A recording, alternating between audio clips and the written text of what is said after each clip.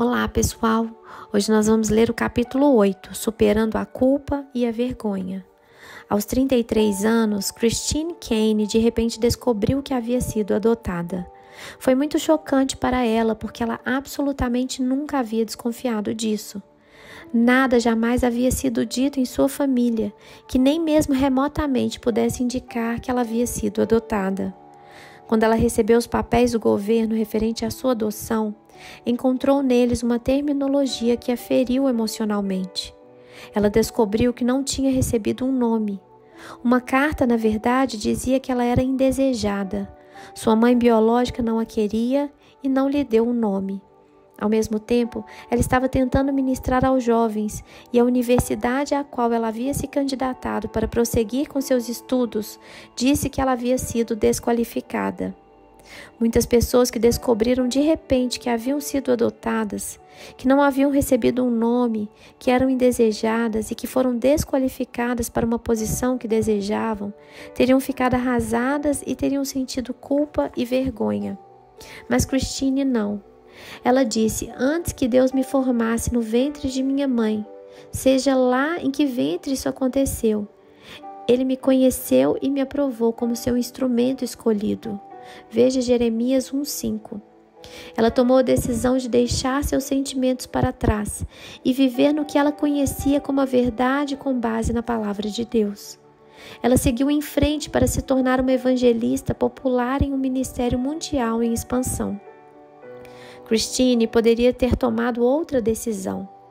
Ela poderia ter decidido seguir o curso dos seus sentimentos que a teriam puxado para baixo. Ela poderia ter se sentido de todas as formas que aquelas palavras descreviam: indesejada, desqualificada, não amada. Ela poderia ter sentido vergonha por sua mãe biológica realmente ter dito que não a queria. Ela poderia ter passado toda a sua vida viciada na aprovação das pessoas e vivendo para agradá-las simplesmente porque sua mãe biológica a havia rejeitado. Ela poderia ter se sentido culpada, como a maioria das pessoas que não recebem palavras de afirmação daqueles que deveriam amá-las. Graças a Deus por ela ter decidido deixar para trás todos os sentimentos negativos e crer nas promessas de Deus. Na Bíblia, o salmista diz: se meu pai e minha mãe me desampararem, o Senhor me acolherá, me adotará como filho. Salmos 27:10. É fácil se sentar na igreja e dizer amém quando um professor ou pregador diz que devemos permanecer confiantes em qualquer situação. Mas é outra coisa totalmente diferente aplicar a mensagem quando temos uma necessidade em nossa própria vida. É fácil concordar com a mensagem se não tivermos sentimentos que nos empurrem para fazer a coisa errada. Para aplicar a palavra de Deus, precisamos ir além dos nossos sentimentos e tomar uma atitude com base na verdade da sua palavra. Christine passou anos na igreja. Ela conhecia muito sobre a Bíblia e estava ensinando a outros. Ela tomou a decisão de aplicá-la à sua situação.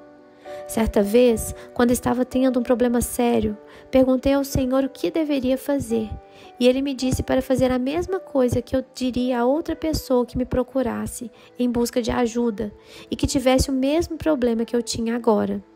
Simplesmente saber o que fazer é inútil se não o fizermos. Christine agiu com base na palavra de Deus e foi resgatada do que poderiam ser notícias devastadoras. Seus pais adotivos não haviam sido honestos com ela. Ela tomou a decisão de ser compreensiva, de acreditar no melhor e de não guardar ressentimento contra eles, por não lhe dizerem que ela era adotada. Ela encontrou sua mãe adotiva e descobriu que ela morava no seu bairro, a apenas algumas quadras de onde Christine havia vivido a maior parte de sua vida. Ela tentou fazer contato, mas soube que sua mãe adotiva não queria ter absolutamente nenhum contato com sua mãe biológica. Aquele foi um tempo de testes profundos na vida de Christine. Tudo que havia aprendido estava sendo colocado à prova e ela descobriu que Deus é fiel. Christine recebeu força do Espírito Santo e pôde permanecer confiante. Ela sabia que tinha valor e dignidade porque Deus a amava. Talvez ela não tivesse recebido um nome dado por sua mãe, Mas Deus diz em sua palavra: não temas, porque eu te remi. Eu te resgatei pagando o preço em vez de deixar você cativo. Chamei-te pelo teu nome, tu és meu. Isaías 43:1. Deus tinha um plano para Christine. Ela não era um erro. Ela havia sido escolhida por Ele. A sua unção a qualificava para qualquer coisa que Ele a tivesse chamado para fazer. Porque ela acreditou na palavra de Deus, o diabo foi derrotado em seu plano de destruição. Ele esperava que as notícias do seu passado a deixassem arrasada e criassem dentro dela uma necessidade incontrolável por aceitação e aprovação. Mas, na verdade, aquilo fortaleceu não só a ela, como também a outros com quem ela compartilhou sua história. As pessoas ficam muito mais impressionadas com os nossos atos do que com as nossas palavras.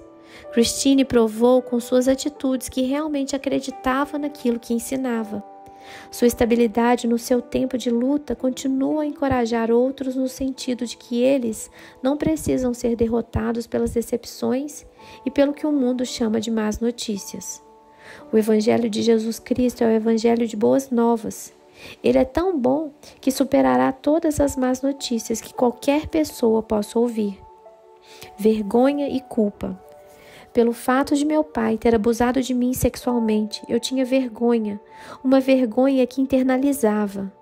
A certa altura, houve uma transição negativa em meu modo de pensar, e eu já não sentia mais vergonha do que ele havia feito comigo. Em vez disso, passei a sentir vergonha de mim mesma por causa daquilo. Tomei a culpa sobre mim e senti que devia haver algo de errado comigo para que meu próprio pai quisesse fazer aquelas coisas. Coisas que eu sabia que eram erradas e antinaturais. Durante anos, eu ouvia um recado que circulava sucessivamente em minha mente e que dizia: o que está errado comigo? O que está errado comigo? O que está errado comigo? Esta foi uma das razões pelas quais fiquei tão entusiasmada quando aprendi que eu sou a justiça de Deus em Cristo. Veja 2 Coríntios 5:21. Durante quase 40 anos, senti que estava errada e agora finalmente sinto que estou certa. É da vontade de Deus que nos sintamos bem com nós mesmos e não mal. Minha vida foi literalmente envenenada pela vergonha. Em alguns casos, pode-se definir ser envergonhado como estar confuso, decepcionado ou confundido. Confundido pode significar derrotado, deposto ou amaldiçoado. Ser amaldiçoado naturalmente significa ser condenado à punição. Portanto, se as pessoas têm uma natureza controlada pela vergonha, o resultado é que elas estão condenadas à punição. Os maus sentimentos que elas têm sobre si mesmas atuam como uma forma de punição. Quando vivemos todos os dias de nossas vidas não gostando de nós mesmos, estamos sendo punidos, mesmo se formos nós mesmos que nos infligimos essa punição. Assim como Christine, finalmente pude aprender a palavra de Deus e aplicá-la à minha situação. Mas até fazer isso fui muito infeliz. Saí daquela situação quando tinha 18 anos, pensando que ela estaria terminada para sempre. Como mencionei anteriormente, eu não percebi, a não ser mais tarde, que muito embora tivesse saído da situação que havia causado o problema, ainda carregava o problema dentro da minha alma. O que importa nessa vida é aquilo que se passa dentro de nós. Nossos pensamentos, imaginações, atitudes e sentimentos internos. As coisas que existem dentro de nós finalmente se tornam aparentes de um jeito ou de outro. Podemos pensar que conseguimos escondê-las onde ninguém pode encontrá-las, mas isso não é verdade. Eu estava vendo os resultados do abuso sofrido em minha infância todos os dias. Apenas não sabia que era aquilo que eu estava vendo. Colocava a culpa por muitos de meus problemas em outras pessoas e situações. Eu fugia dos meus problemas quando tinha 18 anos e, através do jogo da culpa, havia descoberto uma forma de continuar fugindo deles. O jogo da culpa. Não te deixes vencer do mal, mas vence o mal com o bem. Romanos 12:21. Culpar os outros pela própria infelicidade só nos ajuda a evitar lidar com o problema real. O escritor Dr. Wayne Dyer disse: Todo o processo de culpar pessoas é uma perda de tempo. Não importa quantas falhas você encontre em outra pessoa, e independente do quanto você culpe essa pessoa, isso não mudará você. A única coisa que o jogo da culpa faz é tirar o foco de você quando você está procurando motivos externos para explicar a sua infelicidade ou frustração. Você pode ter êxito em fazer com que outra pessoa se sinta culpada por algo, colocando a culpa nela, mas você não terá êxito em mudar o que quer que seja em você mesmo que o esteja deixando infeliz. Finalmente entendi que ninguém é responsável pela minha felicidade pessoal. Tentei fazer meu marido ser responsável por ela, culpando-o toda vez que eu não me sentia feliz. Culpei as circunstâncias, meu pai e minha mãe, o diabo e até Deus. O resultado foi que continuei infeliz. Como disse certa vez o escritor britânico Douglas Adams, quando você culpa os outros, você abre mão do seu poder para mudar. Se você pudesse dar um chute no traseiro da pessoa responsável pela maioria dos seus problemas, você não conseguiria se sentar por um mês. Comece a assumir a responsabilidade pelas atitudes e reações e você começará a mudar. Através do jogo da culpa, eu estava evitando ter de lidar com os problemas reais que precisavam ser confrontados em minha vida. Eu tinha uma infecção dentro de mim, não uma infecção no meu corpo físico, mas a minha alma. Ela estava se espalhando e afetando cada vez mais meus pensamentos, minhas atitudes, minhas conversas e minhas decisões. Na verdade, aquilo estava afetando toda a minha forma de ver a vida. Era hora de parar de correr. Como cristã, eu falava sobre a terra prometida, mas vivia no deserto. Eu era como os israelitas dos tempos antigos que andaram em círculos continuamente no deserto com Moisés. Eles passaram 40 anos tentando concluir uma jornada que deveria ter levado 11 dias. Veja Deuteronômio 1:2. E por quê?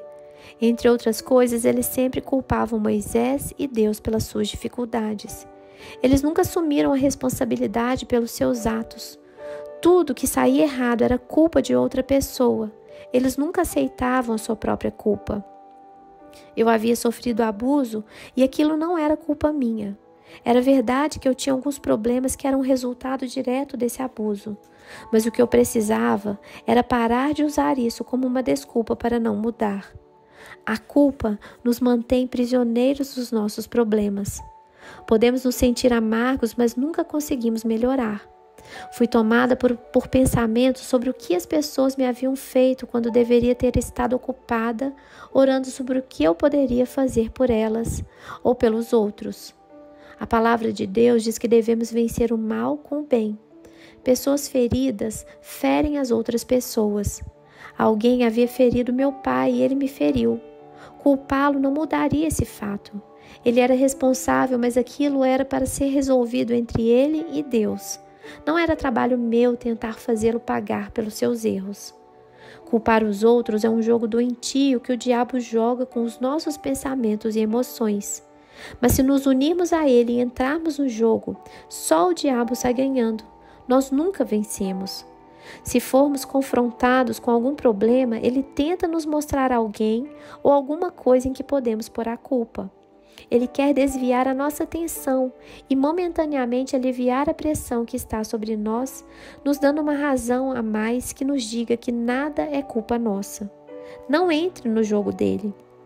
As pessoas que têm uma natureza baseada na vergonha gostam de colocar a culpa em outras. Isso desvia a atenção delas do modo como se sentem acerca de si mesmas por algum tempo. A vergonha do passado é algo doloroso e difícil de encarar, mas se esconder da verdade não significa que ela não exista. Na verdade, ela existe e continuará a causar problemas até que seja confrontada e tratada. Entenda isso e encare a realidade. Isso será o princípio do fim dos seus problemas. Eu me ressentia pelo fato de ter tido minha infância roubada.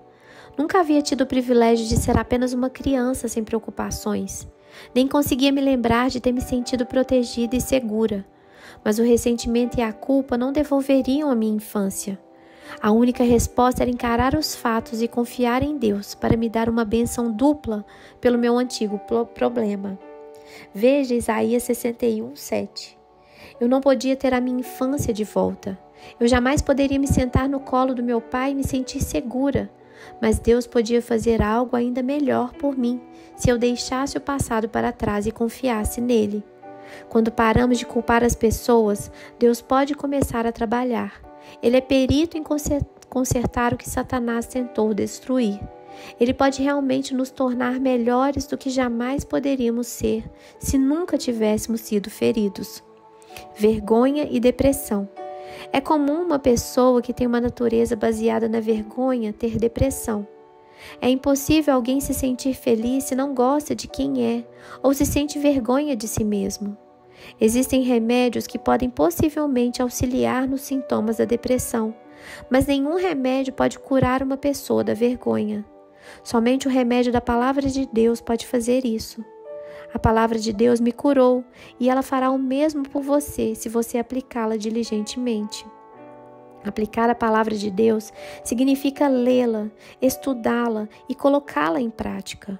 Colocar em prática a Palavra de Deus significa fazer o que Deus nos instruiu a fazer na sua Palavra, em vez de fazer aquilo que pensamos, queremos ou sentimos. Seguimos os caminhos de Deus e não o caminho do mundo. Aplicamos a sua palavra às nossas situações e a observamos trabalhando como ele prometeu. Ler a Bíblia e não aplicá-la às nossas vidas seria como comprar remédio em uma drogaria e não tomá-lo. Poderíamos conhecer a respeito do remédio, mas a não ser que o tomássemos, jamais saberíamos se ele funciona ou não. Permaneceríamos doentes, embora o remédio de que precisássemos estivesse em nossas mãos. Não apenas estude a palavra de Deus, coloque-a em ação. Veja Tiago 1:22. Embora sentisse vergonha do meu passado, tomei a decisão de que não tinha motivos para me envergonhar. Eu era uma criança e não poderia impedir o que aconteceu comigo. Não era culpa minha. Tive de repetir isso várias vezes. Eu havia carregado um falso sentimento de responsabilidade durante anos e sentia que era culpada pelo que houve, mas decidi acreditar na palavra de Deus acima de crer nos meus sentimentos. Ao fazer isso, estava deixando para trás a culpa e a vergonha. Precisei renovar minha mente. Veja Romanos 12:2. Aprendi a pensar sobre minha vida e sobre mim mesma de uma forma inteiramente nova. Você e eu podemos sentir algo e, no entanto, saber em nosso coração que o que sentimos é incorreto. Não se pode confiar nos sentimentos para nos dizerem a verdade. Eles são instáveis, eles mudam com frequência. Quando as coisas ficam difíceis nessa vida, posso ter vontade de desistir, mas sei e declaro que não farei. Há vezes em que me sinto só e não amada, mas sei que o modo como me sinto não é correto. Reconheço que meus sentimentos estão tentando me governar e recuso-me a dar a eles esse privilégio. Quando percebi que havia sentido vergonha durante anos, mas que na verdade eu não tinha do que me envergonhar, essa verdade começou a me libertar de uma vida de dor emocional, insegurança, medo e culpa. Viciada em culpa. Eu havia me sentido culpada a maior parte da minha vida por um motivo ou outro. Aprendi que era viciada em culpa. Simplesmente não me sentia bem se não me sentisse mal. Estou certa de que você já se sentiu assim no passado e talvez esteja se sentindo assim agora mesmo. Em minhas conferências, quando peço que as pessoas que estão enfrentando sentimentos de culpa levantem as mãos, na maioria das vezes um número avassalador de pessoas faz isso. Na Bíblia, Satanás é chamado de o acusador dos nossos irmãos. Apocalipse 12:10. Ele tenta fazer com que nos sintamos culpados e condenados. Quando isso acontece, não é Deus quem está tentando fazer com que nos sintamos assim. Ele quer que nos sintamos amados e perdoados. A culpa nos deprime e faz com que nos sintamos como se estivéssemos sob um fardo. Jesus veio para nos levantar, para trazer as boas novas de que os nossos pecados estão perdoados e a penalidade por eles foi removida. Portanto, agora não há nenhuma condenação para os que estão em Cristo Jesus, que não andam segundo a natureza carnal, mas segundo o Espírito. Romanos 8:1. Quem poderá trazer alguma acusação sobre os escolhidos de Deus?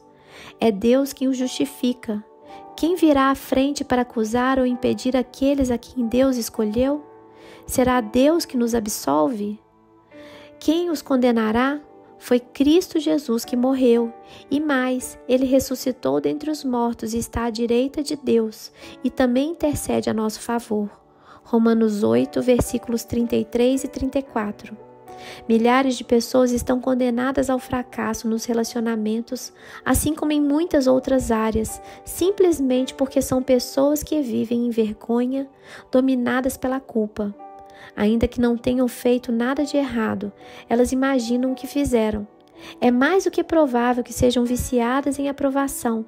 Pessoas que não têm a paz, a não ser que sintam que todos a aprovam o tempo todo. Elas não conseguem desfrutar da vida porque até a satisfação faz com que elas se sintam culpadas. Elas buscam obter dos outros aquilo que somente Deus pode dar, que é um senso de autoestima. Elas são viciadas em aprovação, precisam de uma dose de elogios, gestos e olhares de aprovação, apenas para sobreviverem por mais um dia. Elas impõem exigências impossíveis aos outros porque ninguém consegue fazer com que elas se sintam bem consigo mesmas, se estiverem envenenadas por dentro pela culpa e pela vergonha. As pessoas que mantêm relacionamentos com os viciados em aprovação se sentem manipuladas em vez de amadas, pois o foco principal dos viciados em aprovação está em se sentirem bem consigo mesmos. Tudo está centralizado neles e logo a outra parte do relacionamento se sente usada. Esses indivíduos feridos, em geral, são suscetíveis e ofendem facilmente. Todos têm de pisar em ovos quando estão perto deles. Eles não podem ser confrontados ou corrigidos simplesmente porque já se sentem tão mal consigo mesmos que não podem suportar o fato de alguém sequer mencionar um erro neles ou uma área da sua personalidade que precisa ser melhorada. Pergunte a si mesmo como você reage à correção e à crítica. Tente ser sincero na sua avaliação. Pessoas confiantes que se afirmam como pessoas de valor podem receber correção sem se irar ou sem adotar uma atitude defensiva. Deus diz que só um tolo odeia a correção. Veja Provérbios 15:5. E por quê? Porque ele deveria ser sábio bastante para querer aprender tudo o que puder sobre si mesmo. Pessoas confiantes podem ouvir objetivamente outro ponto de vista. Elas podem orar sobre o que está sendo dito e receber ou rejeitar aquilo, de acordo com o que Deus colocar em seu coração. Durante os anos em que eu era cheia de vergonha e culpa, não podia receber sequer uma palavra de correção de meu marido. Se ele dissesse qualquer coisa que mesmo remotamente sugerisse que eu precisava mudar em algum aspecto, eu ficava emocionalmente perturbada, zangada e defensiva. David dizia sempre: só estou tentando ajudar você. Mas eu não conseguia superar o modo como me sentia quando recebia a ajuda dele ou a de qualquer outra pessoa. Se perguntasse a ele se gostava de uma roupa que eu estava usando, ficava na defensiva se ele dissesse que não. Eu não podia sequer permitir que ele me desse a sua opinião sincera. Se a opinião dele não concordasse com a minha, eu me sentia rejeitada. Sou grata porque aqueles dias terminaram. Todos não precisam gostar do que gosto para que eu me sinta segura. É absolutamente maravilhoso podermos sentir aprovação por nós mesmos, porque acreditamos que Deus nos aprova, embora os outros talvez não o façam. É bom ser humilde o bastante para receber correção, mas confiante o bastante para não permitir que a opinião dos outros nos controle. Graças a Deus porque o seu Espírito Santo está em nós e Ele nos mostrará o que é certo para nós como indivíduos. A introspecção excessiva. Sei tudo a respeito da forma como as pessoas enraizadas na vergonha e dirigidas pela culpa pensam, sentem e agem, porque fui uma delas. Um dos problemas com a vergonha é que ela cria um tipo de egocentrismo ao contrário. As pessoas enraizadas na vergonha pensam em si mesmas na maior parte do tempo. Muito embora elas estejam se concentrando no que há de errado com elas, a mente delas ainda está focada nelas mesmas. Elas podem facilmente se tornar exageradas no seu autoexame.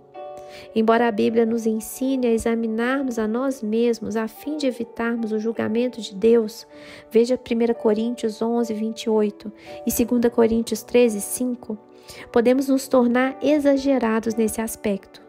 Somos instruídos pela palavra de Deus a desviarmos nossos olhos de tudo que nos distrai de Jesus, que é o autor e consumador da nossa fé.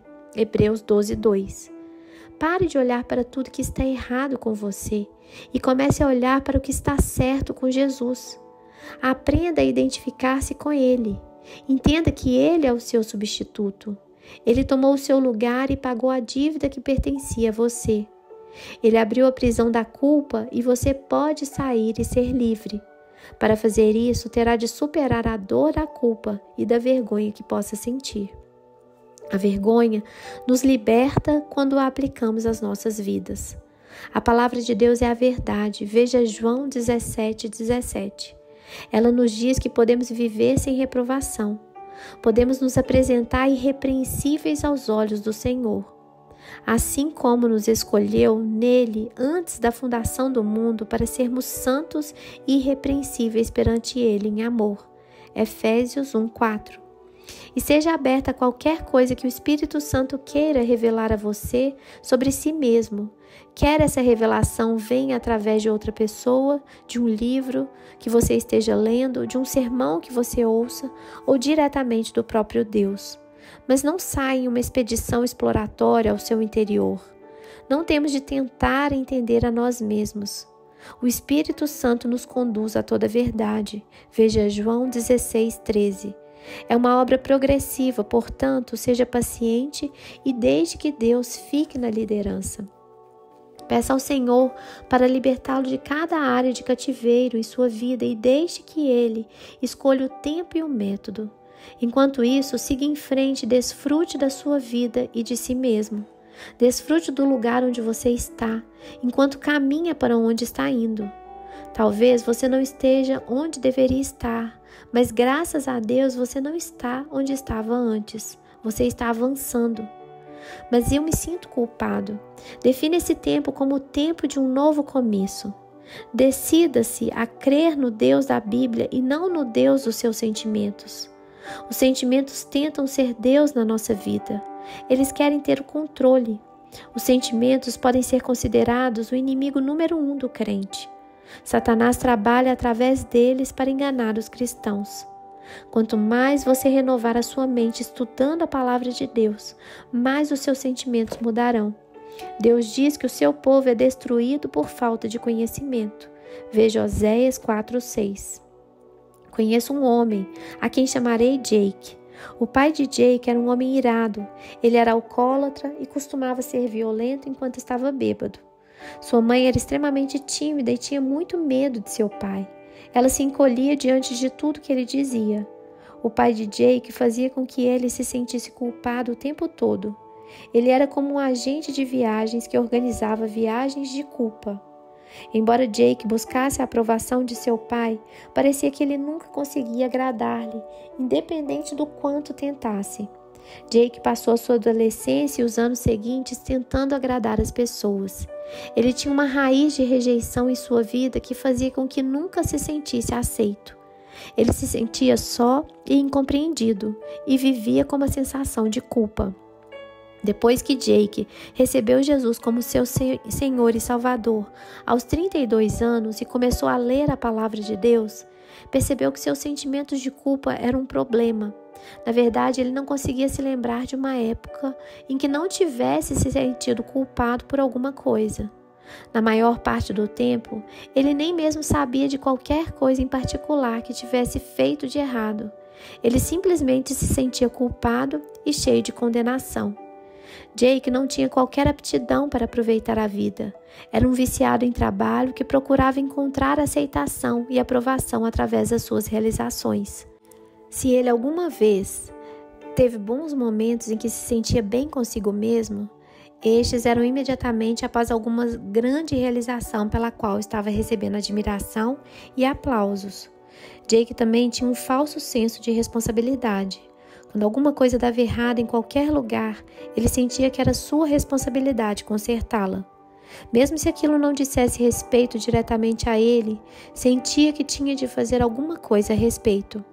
Jake estava ficando cada vez mais depressivo quando começou a ver quais eram realmente seus problemas. Ele estava zangado com a maneira como a sua vida havia evoluído. Ele tinha sentimentos amargos com relação ao seu pai e culpava sua mãe por não salvá-lo. Mesmo depois que Jake viu a verdade na palavra de Deus, ele continuava tendo todos aqueles sentimentos. Ele podia ler na Bíblia que Jesus o havia liberto do pecado e da culpa, mas isso a princípio não mudava os seus sentimentos. Nossa mente pode ser como alguns computadores, que podem conter toda uma vida de informações erradas armazenadas dentro deles.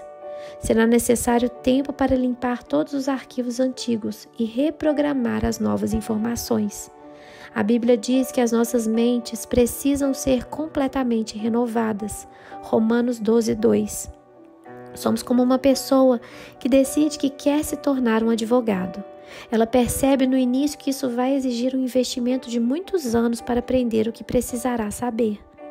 Jake começou a estudar a palavra de Deus e pouco a pouco sua mente foi renovada e ele aprendeu a pensar de modo diferente. Os seus novos pensamentos gradualmente começaram a controlar os antigos. Os sentimentos não desapareceram inteiramente por um bom tempo, mas ele podia controlá-los. Ele finalmente entendeu que seus sentimentos eram reações à sua vida passada. Jake começou a aprender a agir com base na palavra de Deus e a não reagir a antigas lembranças. Jake aprendeu a importância do que ele dizia para si mesmo. A forma como falamos conosco mesmos e o modo como falamos a respeito de nós mesmos, quer em silêncio ou em voz alta, é de vital importância. Entre em acordo com Deus. Diga o que Ele diz a seu respeito. Se Deus diz que você é perdoado e que a sua culpa foi removida, então você deve dizer o mesmo. Não diga como se sente, diga o que você sabe. Jake não se sente mais culpado o tempo todo. De vez em quando ele ainda tem um ataque de culpa, mas pode raciocinar consigo mesmo e não deixar que seus sentimentos o controlem. Ele já não extrai o seu senso de dignidade e valor do trabalho. Ele aprecia seu trabalho, mas é capaz de separá-lo de quem é como filho de Deus. Ele não é viciado em aprovação, pois, embora deseje ser aprovado, sabe que desde que Deus o aprove, ele já tem tudo de que realmente precisa para ter êxito na vida. Jake pôde perdoar seu pai. Seu pai ainda bebe muito e continua sendo crítico na maior parte do tempo, mas Jake já não recebe mais condenação por parte dele. Finalmente entendeu que seu pai é quem tem um problema e ele não. Jake não se sente mais responsável por manter seu pai feliz. Agora ele sabe que o problema de seu pai está dentro dele, não é algo que pode ser consertado por alguém do lado de fora. Jake ora por seu pai e lhe demonstra tanto amor quanto ele se permite receber. Ele espera que algum dia possa vir a conduzir seu pai a um relacionamento pessoal com Cristo. Ele não culpa mais sua mãe, pois entende que ela fez o melhor que podia nas condições em que estava. Ela sofreu imensamente na vida e Jake sente compaixão por ela. Jake encontrou uma mulher e apaixonou-se por ela. O que é interessante é que ela tem alguns dos mesmos problemas que Deus ajudou Jake a superar. Ele poderá ajudá-la a encontrar a restauração através de Cristo, assim como ele encontrou. Não se desgaste sentindo vergonha e culpa. Use o que você aprendeu para ajudar os outros. Se você passou por alguma coisa, pode ajudar outra pessoa a atravessar. O que aconteceu com Jake só foi possível através da palavra de Deus, do sacrifício de Jesus e da obra do Espírito Santo em sua vida. A mesma ajuda está disponível a cada pessoa que deseje recebê-la. Sejam quais forem os problemas pelos quais você esteja enfrentando em sua vida agora mesmo, não permita que os seus sentimentos o controlem. Compare-os com a palavra de Deus e exalte a sua palavra acima dos seus sentimentos. Lembre-se disso, você pode fazer o que é certo mesmo se sentindo errado. Faça as escolhas certas, independente de como se sente, e logo você estará experimentando uma liberdade maior do que jamais conheceu. Fazer a escolha certa quando você se sente errado é deixar o vício morrer de inanição. Se não alimentá-lo, logo ele perderá sua força e não terá poder sobre você. Agora que tratamos do vício da vergonha e da culpa, quero dar uma olhada em outro tipo de emoção que precisamos vencer na nossa batalha contra a necessidade de aceitação. Que Deus abençoe vocês e até o nosso próximo capítulo.